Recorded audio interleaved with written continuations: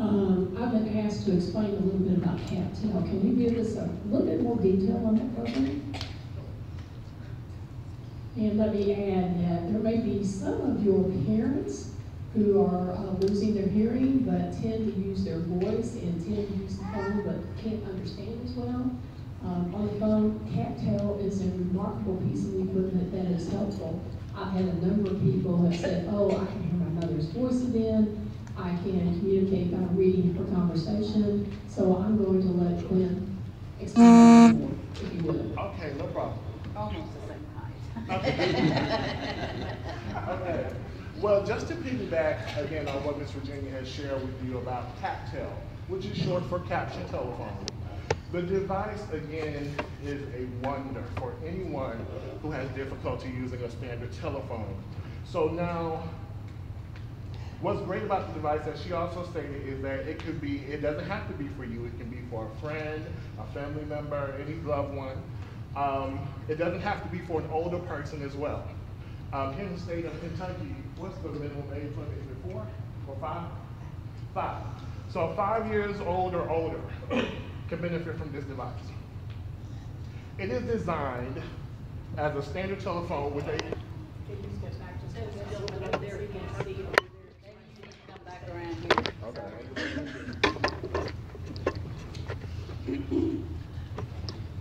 It's designed with a nice size LCD screen that allows people to read what the other person is saying. So it works just like caption television. Now, Kcdhh is available at no cost. If a person can get an application from us, apply, have their doctor, audiologist sign the application verifying the existing hearing loss and verifying that the applicant can benefit from the device, then he or she can get the phone at no cost to them. There are options for people who have internet and options for people who do not. All internet, really the primary purpose that internet serves is to just improve the speed and accuracy of the caption. However, if you do not have internet, that's not a problem. You still get an enjoyable captioning experience. In addition, the phone actually amplifies, so the caption acts as a supplement to the person being able to use whatever hearing they do have, and it just kind of fills in the blank for them should they need that additional assistance. But again, caption telephone works just like caption TV for your phone. It encourages independence. It definitely encourages people to start talking again, taking their own conversations, and just feeling more confident about their ability to use a telephone. All right, sure. So I do want to open the floor to questions. Yes, ma'am. Yes, so I was just wondering, with the Kcdhh, Can you have Kcdhh on cell can we phone? have that on cell phones? Great question. Her question was, can you have caption telephone on your cell phone? The answer is yes. As long as you have an iPhone or a Android device, you can download an app, and it would serve the same function as the standard caption telephone. The standard caption telephone is not a portable device. So if you download the app, you get the convenience of those captions while you're on the go. So it is an option for your smartphone, your tablet, or if you have just a stationary computer or a laptop, it is an option for that as well. Now, a few things vary per provider. However, the overall premise is you can still enjoy captions on mobile devices. That's not a problem to get that. And it is free as well. Great question. Any other questions? Okay. Let me try to just explain a few more things. Sure. Thank you. Hold on down here. Thank you.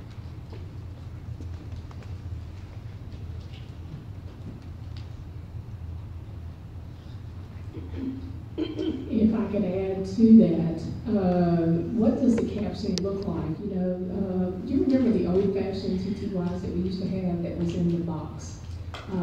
They have a big screen, and I wish I brought one that I could use as an example, but the screen is larger than a typical TTY machine. You would dial your phone as typical, and you can speak for yourself. And he's going to pass out brochures, and you'll see some of those pictures. So you would speak as you normally would, and the person, just like when you use VRS, and you have the operator that's between you and the individual that you're calling, well, you'll have an operator that will then type in the message that they're hearing from that individual, and then you would see that come up as a caption on your device. And if, for example, if you call your mom is losing her hearing, or your sister, or whatever, whoever it may be, your sister and I used to talk to each other all the time, but now she's not able to do so, then you could get a Kcdhh for her, and then she could speak for herself, but then she could hear, oh, yes, I know that's mom, but then she could actually see the captioning so that she gets a clear understanding of what she's actually saying. That makes sense? That making sense? Yes, question in the back of the room. So, the question is, how quickly does the captioning come through? You know, some people read slower than others, so how quickly does this captioning come through on the device?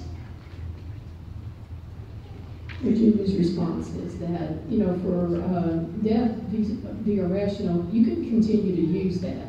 But this is more for individuals that are hard of hearing, or for individuals who don't sign well at all, who typically try to use a conventional telephone.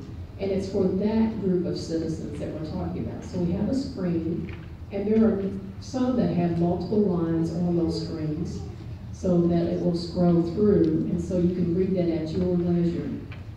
So, you know, I know that in the past, when we had the old TTYs, they would have words in English that I wouldn't necessarily know, and so it was difficult for me to read and understand on the TTY.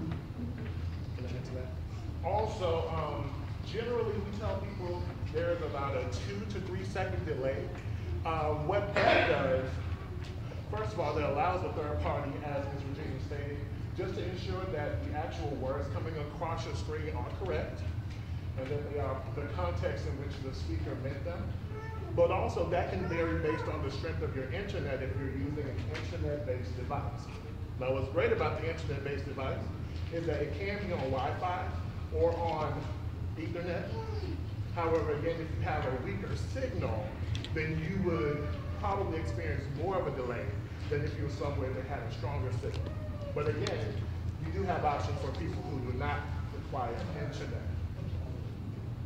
Okay, all right, I understand. Now, he'll be here for this evening. If you have additional questions, feel free to ask Quinn. And he actually signs pretty well, so you deny it, but you do, Quinn.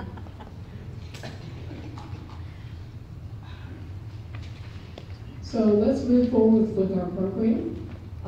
Again, I say that we're thrilled to be here this evening, and for interpreters here, you can collect CEUs for your attendance, and you can get ethics hours.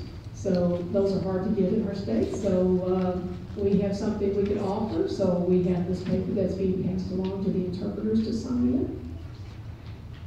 in. And at break or after, let me explain what this paper is about. Let me explain.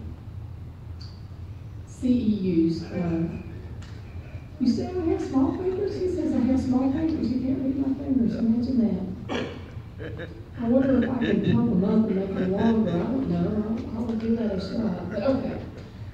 If you need to, you can come to the front row and watch me sign. If you need to do that, here's a seat right here for you. The CEU credits, anyone who is working to be an interpreter here in Kentucky, they have to earn a specific number of workshop hours, and some of those hours must be related to education and understanding ethics and talking about how to communicate and working in legal settings. Any of those topics have to be addressed, and so they have to collect hours for that to be able to interpret well. So I'm quite proud that Kentucky is a state that requires interpreters to be licensed. And part of that requirement for licensure is that they have to keep up on their training to make sure that the interpreters are keeping abreast and knowledgeable of the changes that are coming forth. So So you should not be getting any interpreter that is not licensed. All interpreters should be licensed and certified statewide. This is Dodie Carter's comment. I didn't know that we could earn CEUs during a town hall meeting, so can you explain how we earn these? We submitted this form 3 or 4 weeks ago out of consideration for this to be a town hall meeting that included ethics hours for the interpreters who may be attending. You know, you think, well, interpreters know what they're supposed to do, that they'll follow code of ethics, but they do. But does the deaf community understand what the role is of the code of ethics that the interpreters have to follow? We at the commission felt like that deaf individuals and hard of hearing individuals who use interpreters need to be knowledgeable about what the code of ethics are. What does that mean? And how the interpreters have to follow that. Being certified is one aspect, but there are a number of aspects the interpreters have to follow. Now, some are quite complicated and some are rather simple. For example, in my job, in Rachel's job, and in various people in the room, we have tried to help you understand what those meanings are. It can be quite complicated. We'll try to give a clear explanation as to what those ethics are that interpreters have to abide by. But as much as interpreters are responsible for getting those codes of ethics and explaining them to you, it's your responsibility to understand them as well. Rachel Morgan adds, another consideration behind this presentation is that we want to look at how we typically when we have workshops for CEUs for ethical behavior, typically they have examples of, you know, here's a scenario, here are potential things that could happen. Instead of that potential, what we want to really show you is this is what happens in the real world, this is what happens in this location. And so we can have a presentation that addresses issues that have occurred in this particular area. For example, we got notified yesterday afternoon, well, I just want to let you know that yesterday afternoon we got approved for the CEUs. And so, you know, we didn't hear anything for the longest time on whether we were approved, and once they said, yes, you've been approved, and so we put it out on Facebook, and we sent it out to the licensing board, and we sent it out to interpreters. So I was afraid that many may not have heard about it, so we will try to make sure that in the future we get things well in advance and sent out so that more interpreters will in fact be here. Our partner between the interpreter and the hearing community is that we're all partners. We need to understand each of our roles. You know, this is a free workshop, and so many deaf individuals won't necessarily go to a workshop to get training because they don't feel like it benefits them. And this is a free one. Let me come forward here. I have a question. All right, we'll give the interpreter a break. I'll sign for myself. This is Dodie Carr. If I could add as well, deaf, hard of hearing individuals plus interpreters need to be aware of what the role of the interpreters are. This is covered under the Code of Ethics. But what about the Code of Ethics for hospitals and doctors' offices? They don't know what we have to abide by either. Virginia responds, well, my hope is that we'll talk about in general terms. We'll just talk about permission very briefly, and then we'll get into details about the Code of Ethics in that process. We can go slow or fast, depending on the audience, understanding what we are. We'll move through these codes of ethics.